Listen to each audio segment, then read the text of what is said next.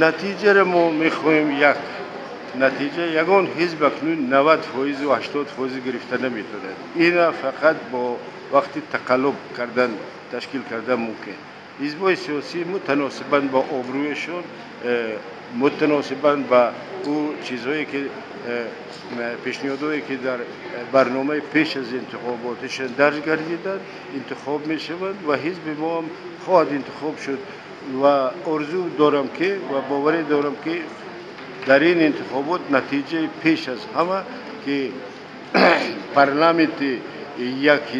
که در اونجا یک فراکسیا و تمام پرزیدیوم شورای عالی از یک فراکسی خلق دموکراتی باید از این ما یک طرف رویم و در اونجا 2-3 فراکسی تشکیل شود. فراکسی ها هیچ وقت دشمن دولت نیستند، بر ضد کانستیتوسیون اینا کار کردن نمیتونن، حق هم ندارند، چون که برهم میتین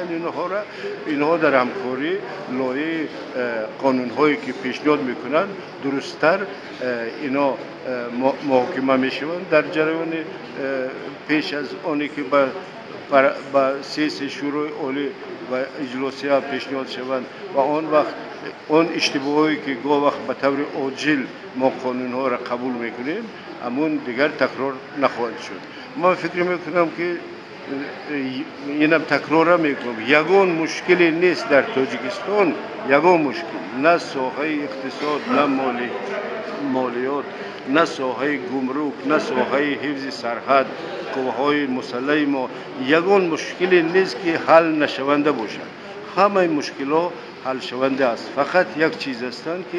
با نتیجه انتخابات باید فضای صلح و صلاح را در تاجیکستان فراهم آورد که مملکت جنگ زده ما از این بلا خلاص شود و این فضای صلح صلاح نه فقط تاثیرش به خود جمعیت ما مثبت تمام خواهد شد، بلکه تاثیر مثبت آن و کشور برادر جنگ زده افغانستان هم تاثیر مثبت آن خواهد رسید. همین من آرزو دارم و بسیار خوشبین هستم از دورنمای ترقیات کشور خود.